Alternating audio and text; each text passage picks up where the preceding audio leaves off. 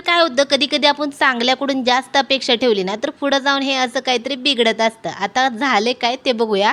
तर सगळ्यात पहिलं आता मी बनवते मुगाचे डोसे. तर हिरव्या मुगाचा डोसा बनवण्यासाठी मूग आहे तर रात्रीच भिजत घालायचे. नंतर सकाळी भिजले की मूग त्याच्यामध्ये थोडासा लसूण, कोथिंबीर, जिरे, अद्रक घालून त्याची पेस्ट तयार करायची. आता नेहमी मी साध्या तव्यावर बनवत असते. आता इथं पंढरपूरमध्ये पॅन होतं. चला म्हटलं पॅनवर करूया आणि मी खुश पण झाले होते. म्हटलं आता पॅनवर करते म्हटलं एकदम भारी एक नंबरच होणार.